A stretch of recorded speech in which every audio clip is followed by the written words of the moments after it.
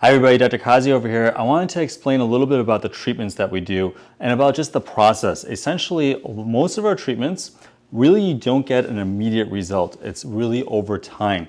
So especially when we're doing something for collagen really takes 3 to 6 months to see. So when we're doing scar treatments, you see some improvement of that texture really with the laser.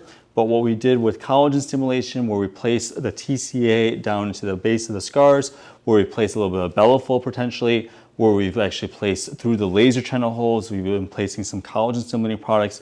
All that process takes months and months and months. Same type of thing actually even for acne. It's actually really easy for me just to give you a quick fix for acne.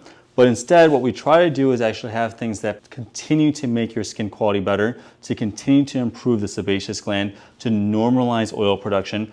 That's something that's going to stay with you. The purpose is that we want to have things stay with you. We don't want to have something where you do it and then it comes back a month later and it comes back and there's like this cycle. I myself, I was tired of that kind of cycle. I was tired of skincare that you just had to cycle every few months. So that's why I really love doing things that are going to last for you.